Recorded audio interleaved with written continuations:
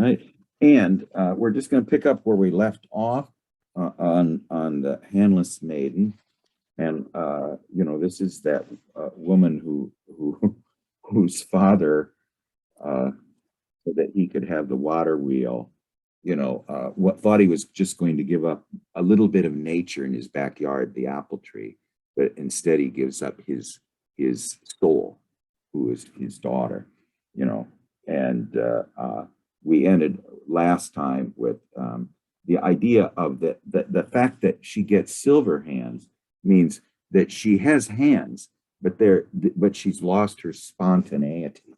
And we're going to talk about what spontaneity is. It's so instead of her spontaneous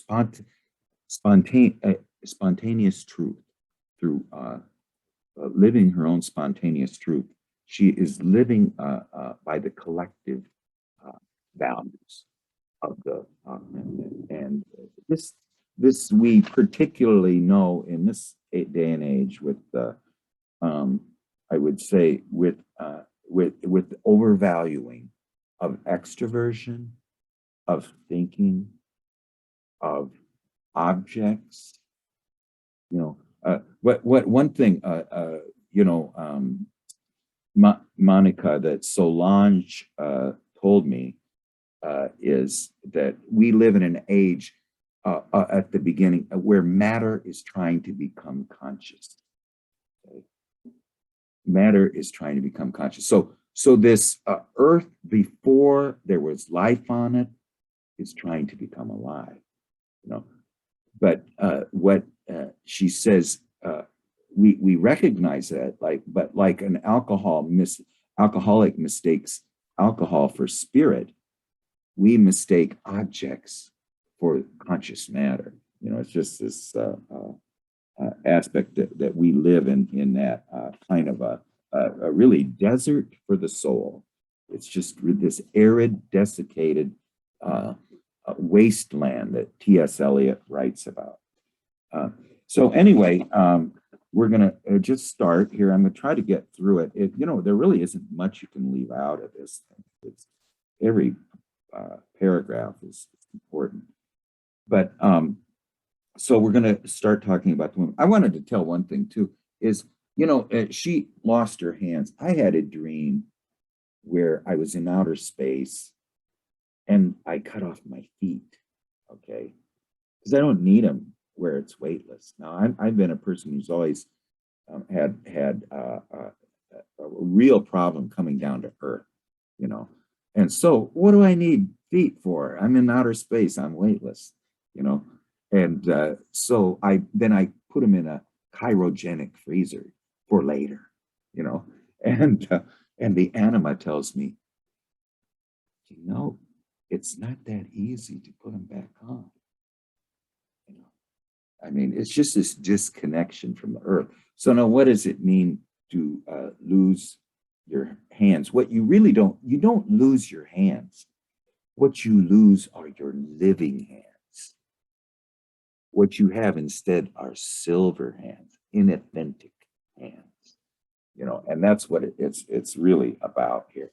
So, and why do we do that? Or how does that happen? You know, and it's really from a combination of the negative mother complex and the negative animus, you know, which is for a woman, according to Franz, is the same thing.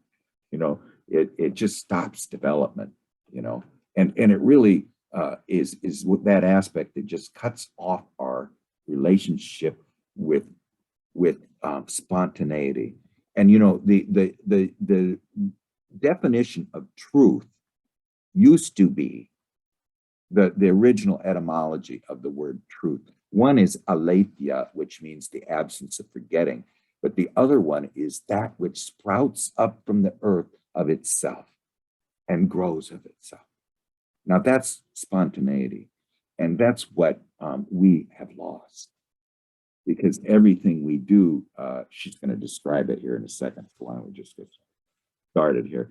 But whenever a woman has an unredeemed demonic side within, all her activities connected with the eros. Eros means relatedness. Relationship doesn't have anything to do with literal sexuality. It has to do with the idea of bringing things together. You know, when all her activities with the eros relationship with husband and children will be performed in an artificial way, and that's because she has this unredeemed negative animus, which is this demonic side within. So what cannot be produced spontaneously has to be then brought about by force of will, which leads to unfortunate situations. There's insufficient spontaneity, and it's symbolized by the silver hands, which replace those that have been cut off. So her instinctive life is replaced by the rule of the collective. But she says such people are always aware that there is a deadness in them. There is something in me that is dead, not alive, and of something unredeemed. And the restless seeking remains, even though she's having this force of will relationship with her husband and with her children. It's not a spontaneous one.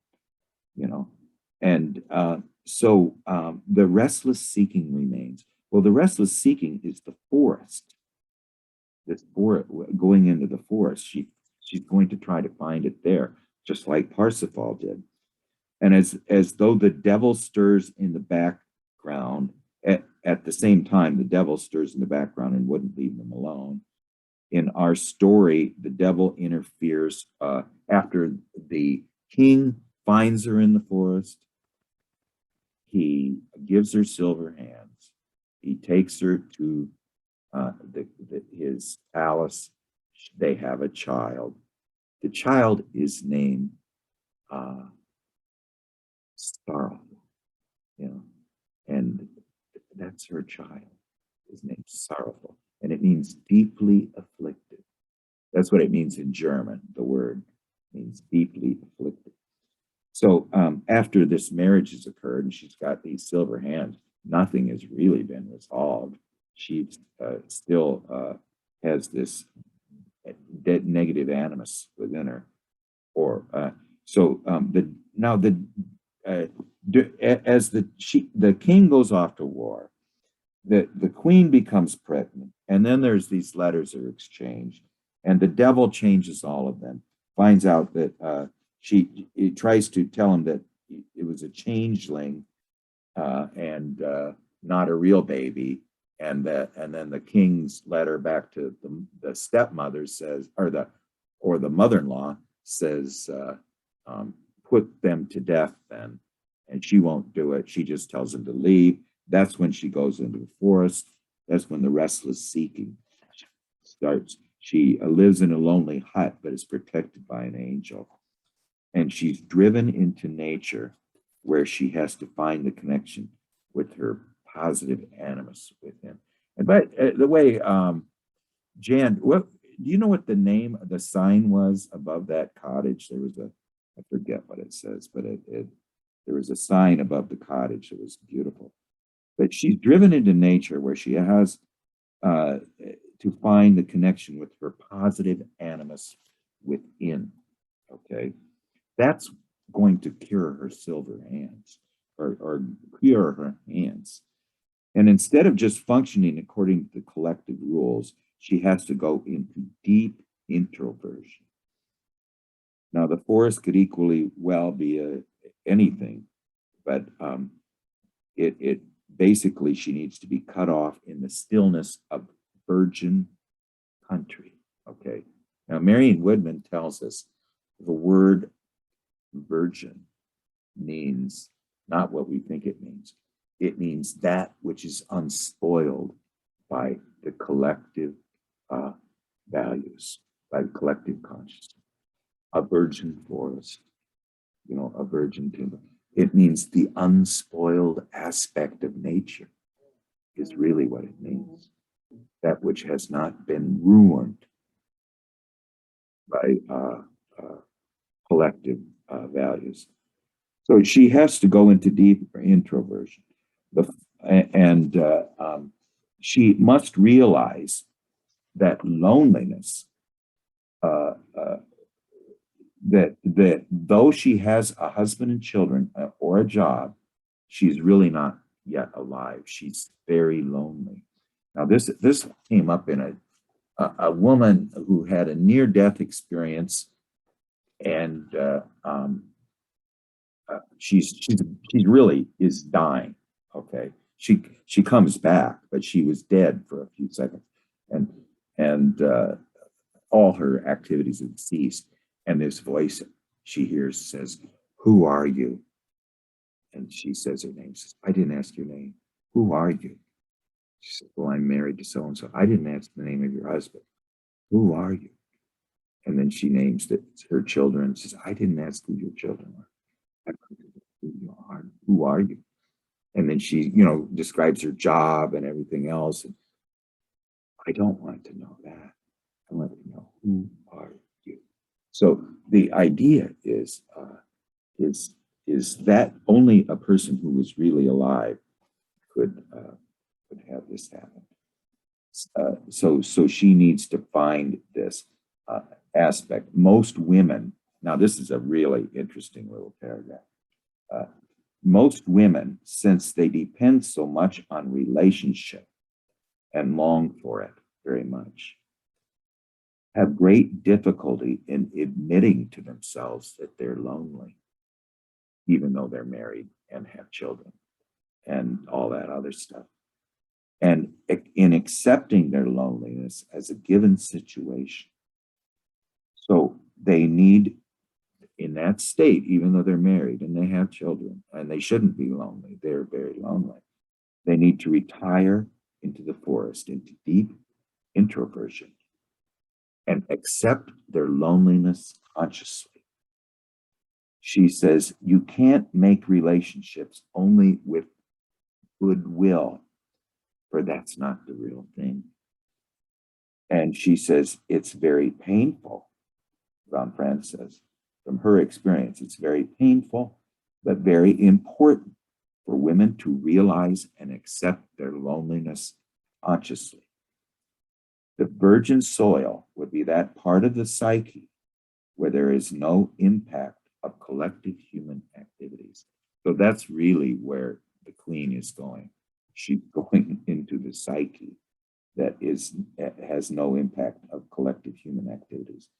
And to retire to that would be retire not only from all animus opinions and views of life, and remember there's a lower animus and a higher animus. The lower animus is the world of opinion and the world of ideas and advice and all that. The higher animus is connected with the images of the unconscious and brings them meaning. So they bring us a real, almost religious, a religious experience of the meaning of our existence. That's the higher animus. The lower animus has the same capabilities, but it's distorted into opinions, and typically it is experienced in negative opinions. Marion Woodman says, you need to lose weight. Don't start on that.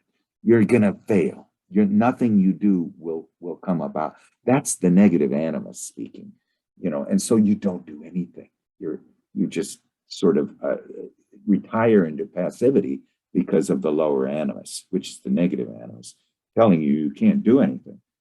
Don't start. So there is a refuge from that, and she's going to it, that virgin soil within her. So she's, and she also is retiring from any kind of impulse to do what seems to be demanded of one. Now this was an unknown idea of, well, it's pretty unknown as far as the third temptation of the Buddha, was this one. I'll show you. I can find it here. Was Dharma. Do what is demanded of you. And, his response is a mudra, by the way, Gary. It's the Bhuma Sparsha mudra, and it's the earth touching mudra. He lets the virgin soil, that area of the psyche that has not been affected by collective values, be his witness. I'm not going to be governed by what is demanded of me, and that's the aspect of the woman who has children, not because she loves children, but because it's demanded of her, and so the forest would be the place of unconventional inner life in the deepest sense of the word. Living in the forest would mean sinking into one's innermost nature and finding out what it feels like there. Now, the vegetation of the forest symbolizes spontaneous life. Remember, truth is what sprouts from the earth of itself. Okay, now this Jung always mentions within us, we have what's called a rhizome. It's like a massive root which lies below the surface. Okay, that's your soul, and the self within you, and it needs to sprout and it needs to flower. But what stops it from becoming what it is meant to be, this massive root below? Self-will of the ego just keeps cutting it off. No, that's not growing, but that's why we're sick. Now, the vegetation symbolizes the spontaneous life and offers healing to the woman who's been destroyed by either a negative animus or a negative mother complex. So in many stories, the woman who's badly injured is not injured by the devil. The devil, by the way, is just that organizing consciousness that's separated from nature. So whenever you heard the word devil, it's not it's evil because it's not true to that truth that sprouts from the earth.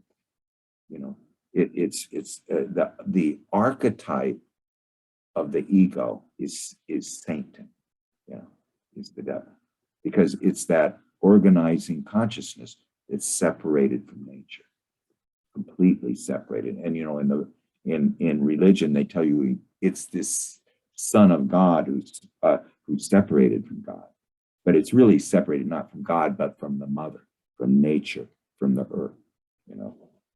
Is what it's separated from. And so now the second half of the story is concerned with the negative mother and the demonic father. And von Franz says either are the same development in a woman.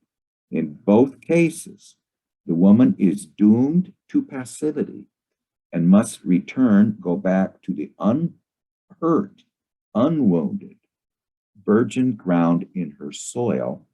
And we're going to find out what happens to the animus and the mother after that. But in other words, she needs to, let's just keep going. I don't want to get ahead of myself. In in practical life, she says, if you ask such a wounded woman what she could do if she could rid herself of the demands about her life, usually she says despairingly, I don't know. She just feels like sitting on the edge of her bed and crying.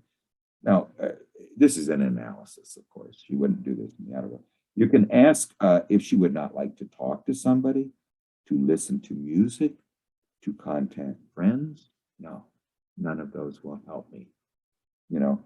So now what she's going, she's that is actually a positive development. She's going to the 0 point. Okay, that's where everything starts. So she's regressing into this primitive inner layer where nothing can help me, and it's because one cannot live on the ordinary level that she is living with other human beings, because she doesn't want to be a part of it. But the forest is the place where things begin to turn green and to grow again. So it's a healing regression. Now you can return to the world, but first you have to uh, turn green and grow again. You know, thus the girl was forced to go in the forest and there met an angel. She really met the soul. If there is such a 0 point where life is reduced to absolutely nothing, and in alchemy this would be the nigredo or the prima materia, then the fairy tale says that one should then go completely into nature. That's what the fairy tale says. In my experience, von Franz says this is often the right thing. Frequently, women say the only way they can enjoy life a little and not feel so bad over their difficulties is by taking long walks in the woods, sitting in the sun. You know, she said this is a genuine tendency, for it seems as though only in nature and in its virgin beauty and essence have we the power to heal. Women have a very deep relationship to nature in its positive form. And this is shown also not just with children, but with animals. Relationship to animals can also help. Many women make a relationship to a pet, which at the time seems more to them than anything else, because in its unconscious simplicity, it appeals to the wound within them. Now, a relationship with human, it's a difficult, differentiated task often, but a relationship to an animal is simple. And in feeling for it, the lost tendency starts to be rediscovered. So now she talks about the angels. They might seem they were added to the story at a later date, but she says apparently they're everywhere, even where they don't believe in angels. But really, it's more this inner figure, this inner protector. You know, we all, you know, I was just thinking about this morning when I was reading this. You know, we all have an inner protector. They protect us. Now my anima told me that I asked, what did you do all those years I was a kid? She said, I was the same I am now, but I helped you, you know, and I helped. What the idea was that you were to become mature and adult and conscious, and then you were to have a collaboration with me, so that we could have we could become one while you're alive. You know, in other words, there would be this through the anima, also the soul, which is feminine in either men or women, because it is earth, it is nature. The soul is earth and nature, you know, and it's not this disconnected masculine aspect. You know, that aspect in the woman is the one that provides meaning to nature and to the earth.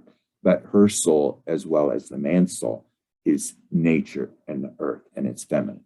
You know, but she says then that I need to have this relationship with her, and we would create through the symbols of dream, or through the images in dream. Let's start over. Through the images of dream that belong only to me or to you, and you're giving it two things: the medium of expression, draw it, bring it into the world and make it concrete. The images long for the light. They long for the light. They long for the light of ego awareness. You bring it in, give it the medium, with no words, the medium of expression. Then you add meaning to it. After you've done those two things, you've created the third thing, which is a symbol, an icon to put in your temple on your stained glass window. And now there's never a goal in this. Jung says the goal is the journey. The goal, you take another image. Because once you do that, Jung says you're never the same again. And by the way, the dream maker sends you a dream that builds on that one. So it's leading somewhere. Where's it leading? It's leading down a path through the forest. Your own path, the one that no one else has no one else's footsteps, as they say in the Grail legend. Anyway, the aspect of the angel is pretty much universal, and it's not just inserted; it was there. Now, in the Russian, the angel is an old man. God himself comes to help the poor girl. So divine intervention seems to be a genuine aspect. The angel represents divine intervention. And we're going to come and we're going to find out what do they say about the Philosopher's Stone? They say it cannot be created in nature. The ego can't create it. Nature can't create it. The only way it can be created is through the collaboration of a fully mature adult who is conscious that there is another wisdom in them that speaks to you. That's really is 101 of this depth psychology. And through that collaboration, you can, that's the only way that the Philosopher's Stone can be created in alchemy. You won't find it in nature, you won't find it in ego, you find it in the dialogue between the two, and that's also the only way you find symbols too. Anyway, the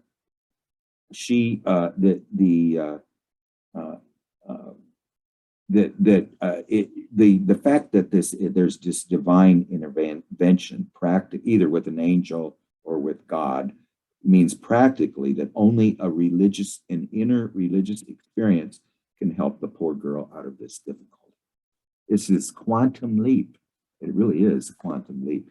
It's a synchronicity, really. It's going to be a synchronistic event where where meaning and where a psychic event and an outer event meet and in a meaningful way. That's what is going to happen. That's divine intervention. But it really means synchronicity, in me or you, Now, this is the typical experience of the hermit. Animals make friends with him and bring him the inner spiritual life. She talks about there were many people in the monastic age that just went into the woods, and they were called the Wood Brothers and the Wood Sisters. And they wanted to live alone in the forest. They wanted to be close to nature and have a genuine experience of the religious life. This is very similar to the age of there's two underground religions in Europe, and one was was alchemy, and the other one was the legend of the Grail, which was really had to do with love itself, and living a genuine life. There's a wonderful legends from that age, and also the fairy tales too. They're an underground folk tales. Now this is not different from what shamans do. Shamans all over the world go into isolation to seek immediate religious experiences. That's what you do in active imagination too. You can't escape to the forest, but you can go down into a basement bedroom and shut the door and turn the lights off. So the story indicates the only way to heal the deep split and hurt suffered by this woman is she must first, collective standards won't help her. The ego can't help you now. Every dream, every fairy tale says that. The ego can't help you now. You're lost somewhere you can't get out. You're going to take a test. You haven't studied for it. It just over and over. The car's moving and no one's driving. It's just over and over again. The ego can't help you in this situation. So so collective standards won't get her out of it. Won't get you out of it. In the dream won't get you. In the fairy tale, you've got always three brothers. Two are the king's favorites. One is the fool. And the two king's brothers that are favored go down the straight road and they fail entirely. The one who succeeds is the one who's rejected by the collective realms. And through animal helpers, he lifts the curse. He cures the fault. Okay. That's in our hearts. Because it's our hearts that are under enchantment and have that fault in them. So first you must reach the 0 point, and there, in complete loneliness, and this is something Jung says too, and you also find it in AA. Is you cannot. Jung says this in the Red Book. You can't become fully human until you touch bottom. You have to reach a point where where you look up into the sky and you just say, help me. You have no way of getting out of that situation. Now, why does fate put you in that situation? Because you need to reach the 0 point before you can become the empty vessel for the divine world. How do you become it without it? It's very difficult. And so suffering is the road. Suffering is the road to wholeness, So, and there in complete loneliness, she can find her own spiritual experience, personified by angels. So in the supreme moment of loneliness and sadness, activity, this is when the unconscious is activated. In the supreme moment of loneliness and sadness, for in that moment, her hands are healed. Her hands grew again as before. There's a lot of variations of that. She says sometimes it was through her putting her arms, trying to embrace a tree. Suddenly hands grew and she felt them come together on the other side. So the growing aspect of the rooted thing helped that come about. And of course, then she tells there's also, she says sometimes it happens without anything being done. This is this natural process of growth and maturing and transforming in the psyche through the principle of non-interference. It can happen. This was what Jung said, how he discovered the psychic objectivity is, I think it was either Philemon or Elijah told him, says, do you think that you made your thoughts? You're strange. You think you're the one that created your thoughts. And he says, well, what's strange about that? And he says, well, when you're in a meadow and you see a deer step out of the forest, do you think you made that deer step out of the forest? No. Do you think you made that thought come into your awareness? And he says that's when he learned psychic objectivity. And that's when he would tell one of his analysans, who's sitting there yammering on like I am right now, saying, shh, something's happening, be quiet. And they would just sit there, and usually something would happen. Like King Arthur said that one time. He wouldn't let the meal be served until an adventure occurred. And, Joseph Campbell says, well, no one was worried because adventures happened all the time. And indeed, one happened. The Grail itself appears covered by a veil. And then it disappeared. And then Sir Gawain gets up, says, I propose a quest. I propose a vow that we all go out to seek that Grail and behold it unveiled. And they said they'd do so. But then the next morning they get up and they say this. They thought it would be a disgrace to go forth in a group. So each entered the forest at the place that he himself had chosen, and where there was no way or path, because if it was someone else's footsteps, he would go altogether astray. And that's this past of non-interference. And Joseph Campbell says, and where the path leads, he says, I won't even say God knows, because I don't think he does. I mean, it's this idea of the empty vessel, being the empty vessel is creating something that has never before been seen on land or sea. It's a unique experience. And that's the whole idea of the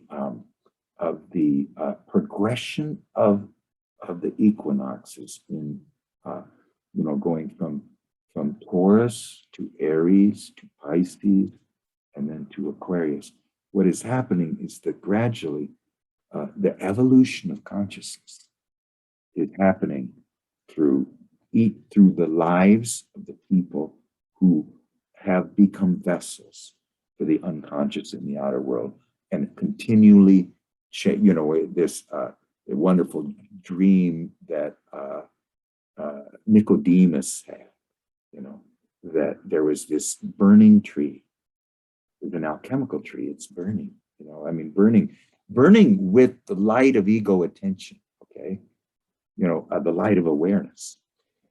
And that when there is a fruit on that tree that is ripe, that means our lives, and we have died, that fruit is put in a storehouse.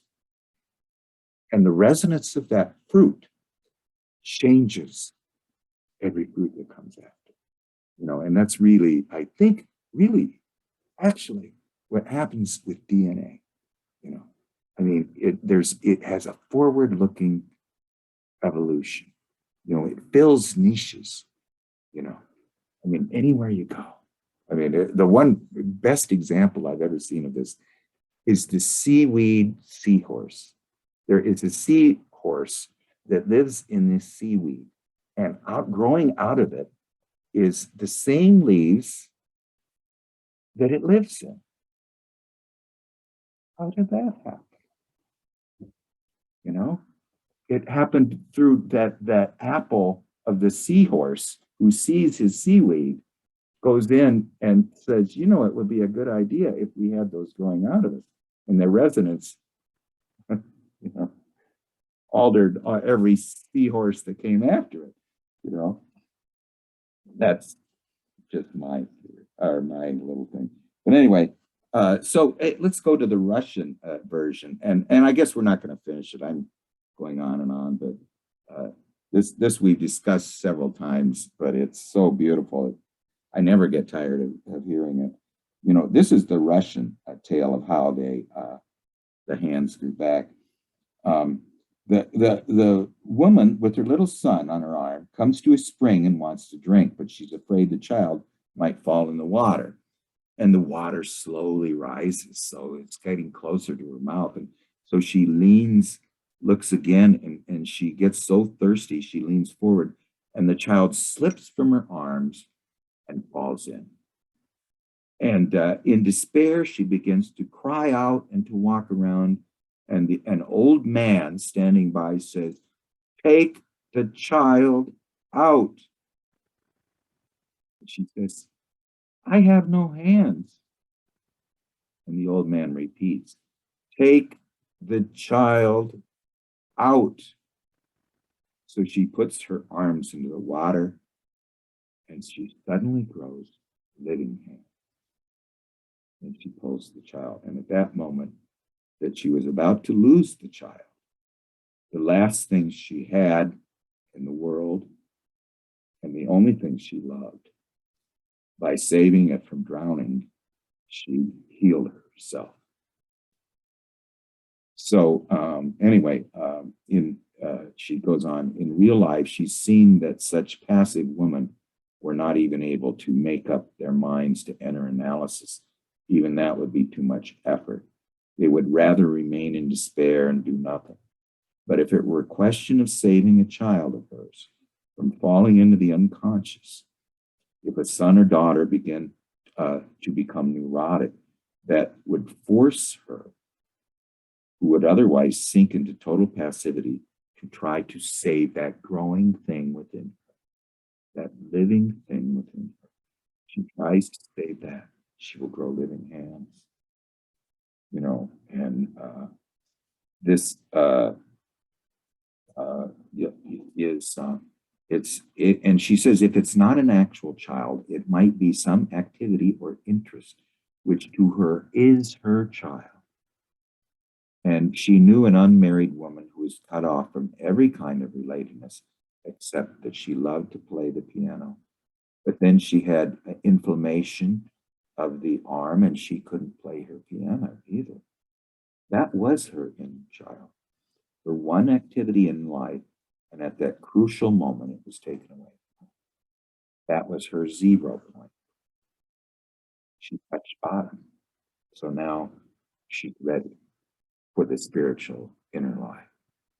I mean, you have to reach that 0 point. You have to have the child about to drown. That's the 0 point. And rescue it, you know, and that's when you touch your bottom. You know, I don't know if there's too much more we can do. She says, if you could be, I was just saying we're going to turn it over to Gary for discussion. Well, anyway, let's see. Well, let's finish this a little bit. She says, if it could be losing some kind of employment, anything that was positive before. Even in the Russian story, the woman cannot save the child she loves so much from drowning unless God himself comes says, do try. You pull the child out. The fact that she is so limited and wounded makes the divine intervention necessary. And in von Franz's experience, it's very true. An actual miracle is needed. You know, it's a synchronistic miracle, which you can't deny when it happens to you. And one can only help people to the best possible attitude, but they need a miracle to heal their deep wounds so they too can stretch out their hands, and the water of life brings the cure. You know, when I saw that, Azin wrote a paper on the centaur. I'd like somebody to write a paper on the waters of life sometime, you know, and what they mean, you know. Well, anyway, what we're going to do from now on is just go around the room and get any comments you want, and we'll just go until nobody has anything else to say. And Gary is the moderator of that. And so, Gary, why don't you just go right ahead? Yeah, the depth of this fairy tale just continues to amaze me. I think I'll start with Azin. Do you have something to say? Yes, I was reading Robert Johnson's book this week, and I have a lot of questions, like mother complex and mother archetype. Also, the difference between the daughter as animal and the mother as the animal, and how the mother is actually working with the father against the daughter. That was something. I was also trying to draw parallels with my own life. And this week I was also trying to a little bit separate myself from the myth, because I don't want to label myself with anything. I want to move around with different archetypes and myths. But this myth really, really resonates with my life and me. But for example, I have been through the phase of going to the forest, leaving the family. When I was in Iran, I left the family. I started living alone, which was a really dangerous thing to do in Iran, but I did it. Also, I left Iran, and in both occasions, handlessness to me meant being unprepared for the world. So I just came to America. I didn't have any intentions to stay here, but I was here. I was unprepared. I didn't know where I landed. I was so traumatized. So anyways, and this intention of this girl, that on the surface, she says that everything is fine, but the anger is there, the objection is there, and she leaves the house even she's not prepared, and she doesn't have the means to leave the house, the parents' house and the motherland. So I have been through these phases, and I've been living alone all my life, almost all my life, living in isolation, especially in the last 4.5 years. When I moved from Bay Area, I came to Sacramento just to be alone. I didn't want to connect with any of my friends and anybody. But the importance of nature, I'm getting to realize that I had my cottage, but it was not in the forest. It's in a Black community. And how it would be different if I had made more effort to really go to the forest and live in a cottage. It would be very different. And this is my intention. I'm going to do that 2022.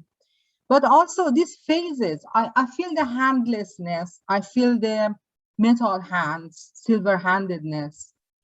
And I don't know where I am right now. Like I read in the myth that she has to go through this swamp phase, that many die. And I think it's the isolation turning into the swamp, because after a while that you're not exchanging energy with outer world, it becomes a swamp, and it can kill you. The isolation can kill you. And then by chance, as the myth says, which is a question mark for me, she finds the king's garden. So I see myself in all these phases. Maybe I feel more in the swamp right now, but I really cannot say that I am in this special phase right now. So that's a question. It's like I'm experiencing many phases at the same time. So I'm still thinking about it. And the cure is also important for me. If we can focus later on the cure and what we can do in this situation. I mean, I understand reaching out to life, but when it comes to practicality, I have questions. Like, I understand the concept, but I cannot tell that what should I do right now that means reaching out to life, you know? So everything I'm doing, I'm asking myself these days, that is it reaching out to life? Like last week, since Friday, I started having these meetings with my former professors and colleagues, and just reaching out because I want to move from here. And then I was thinking yesterday that, okay, that's reaching out to life, reaching out to people. So I cannot say everything is clear, but I'm thinking about it. I'm playing with the ideas. Well, you know, if you open, sometimes you can find doors where there are no doors, you know, but you need to reach out. I mean, you have to, she's going to talk about that it is that spontaneous reaching out, which is the one, well, for something you want, rather than, we're, you know, I wish we could have finished it, but, you know, I kept going on and on. I just wanted to show you this one thing about the negative mother that we all experience. I mean, we've shown this before, but, you know, this is, the negative mother is that one who devours us back into her. She doesn't ever let us leave, you know. Now, in the woman, it can also be the anima of the negative animus that does it. In the man, it's the animus of the negative mother that injures the anima and makes his anima, instead of the mysteries up here, the inspiration mysteries of the positive anima, the transforming anima. He instead, because the animus of his mother, his negative mother, makes it the mysteries of drunkenness, of drugs, of addictions to sex, to money, to cocaine. I don't care, you can name what it is, but it is trying to find the positive one cheaply, you know, and so you're willing to give up that. I'm just giving up a little bit of nature. I'm giving up that apple tree in the backyard, where you're giving up your soul, really. But so in the negative mother is this aspect of within us. We're in a poer or a poella where they feel great bliss in the womb, so they never leave it. So, you know, if you have isolation because you're sitting in the mother's womb that you've never left, because it's all bliss, because I'm not going to go out and face the storms of life, you know. Now this is going to come up too in the fact that of what serenity is, you know, the aspect of this will come up next time, but what that woman learns is three things. She learns serenity, courage, and wisdom through her suffering, you know, and that's, by the way, is what this is, the Serenity Prayer. Grant me the serenity to accept things that I can't change, the courage to change the things I can, and the wisdom to know the difference. Now, this is not the prayer of someone who's living in an isolated world of the aware. This is someone who's out facing defeats everywhere they go, you know, and usually anger means that you won't accept it. But we'll discuss that a little bit next week. Azine, is that, well, I guess next week we're gonna do the circle, but it'd be the week after that, and we'll also bring in the book of Robert Johnson too, which I want is to add something else, that my isolation here in Sacramento, there was a reason for that, because I was back to school. I want to focus on reading and writing, and it served me well because I was very focused, and I had a lot of inner experiences with the self and stuff. So it served its purpose, but now it's time for me to go out into the world and present my work and my institute and stuff. yes. Also, with the chart that you shared with us about Hecate and Lilith and other animal figures, I am not really in agreement with that, because I see every archetype and every god and goddess coming from a position state, and then you start projection, and then you start living it. That's my theory for every archetype. So every archetype, like Lilith, it has a dark side, and Sophia has a dark side. And so I'm not really in agreement that we should call like the dark side of Mary, we can call it Lilith or Hecate. I think all of this goddesses, they have their dark side and they have their living positive flow of energy when they're doing, they're giving us their gifts. Like Lilith is fantastic and Hecate is fantastic, but they can have very intense dark sides. But So you're anyway, saying they yeah, have a polarity. You know, in other Yes, words, they're not just one pole. yeah, They have a polarity. So yeah. there's energy flow within Lilith. Yeah. So with mother complex and mother archetype, what I got from what you said is that mother complex is when you're stuck in the archetype, right? The stuckness. Yeah, the negative mother complex is one, and the negative animus, she says, are the same thing. And what they do is they make us passive. They make us either overly passive, or they make us unaware of our. They also cut us off from nature, too. They cut us off from the growing thing within us. You know, when you were saying, I think one of the thing about presenting your work is that's the growing thing within you, and it needs the light of day. You know, it needs to be out and have people see it and everything. But yeah, but anyways, fascinating story. Thank you. okay, thanks.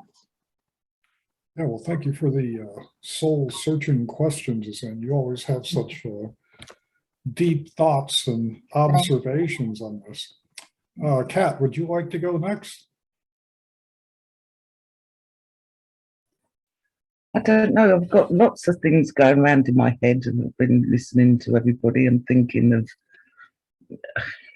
I don't know, like the universe being the womb, and you know, absentee parents, whether it's gods and goddesses and abandonment, and where do you go forward in that, in seeking them? Because one thing I felt like, again, and I think it's about changing stories, if I keep talking and about 6 stories of negative mothers, etc., that's what I'm going to find.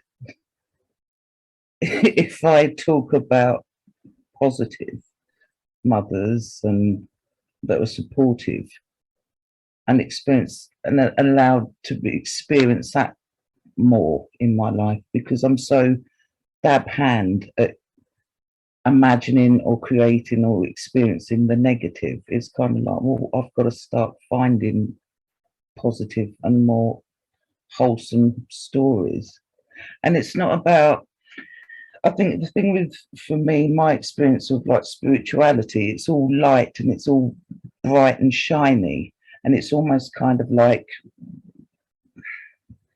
this image of walking around in a meadow or a field with a faraway look on my face, draped in chiffon, playing a flute.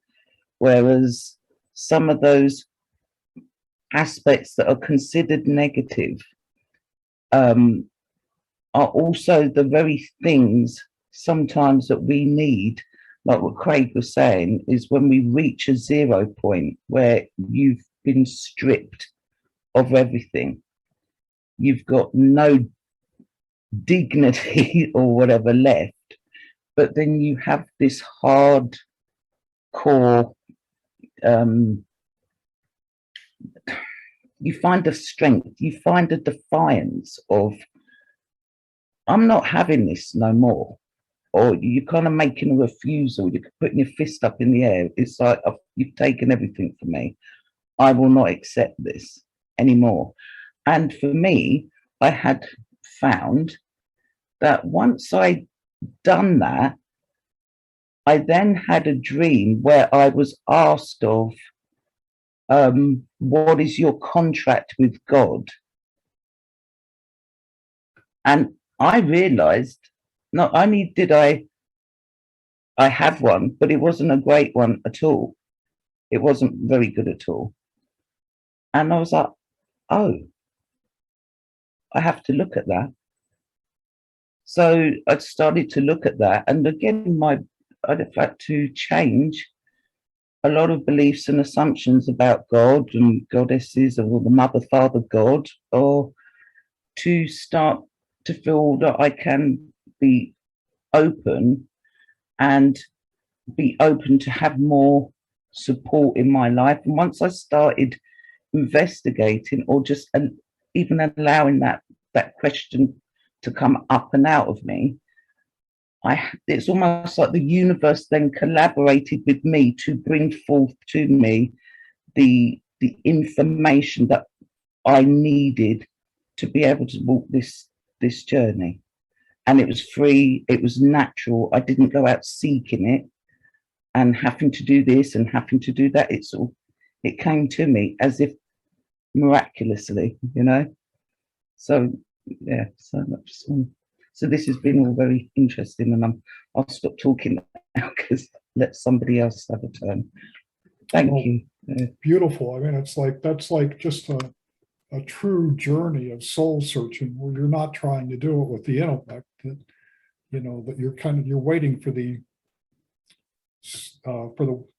synchronicity. And I know Zen made a comment too, and I agree with what she said about the only part of it, but toxic positivity is the thing. I think she was referring to, like, well, you're referring to toxic negativity, but I agree. It's like, the people that focus only on the positive, that really means that they just refuse to see, the other parts that just need to be worked on. So great comment. Yeah. Well, Franz mentions that too, that the women with the positive mother complex don't experience the pain the women with the negative mother complex do, but they don't realize the wisdom that is acquired through that suffering.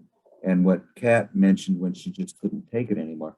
To me, where you have reached there is you have given everything up, like Inanna, when she goes down through the 7 places of giving up, and you have come down to the rock on which your temple of wisdom is going to be built, and at that point it is on an unshakable foundation, but Aniela Yappi, who is Jung's worked with him on memories and dreams and reflection, said that the only way you reach that point is through sorrow and suffering.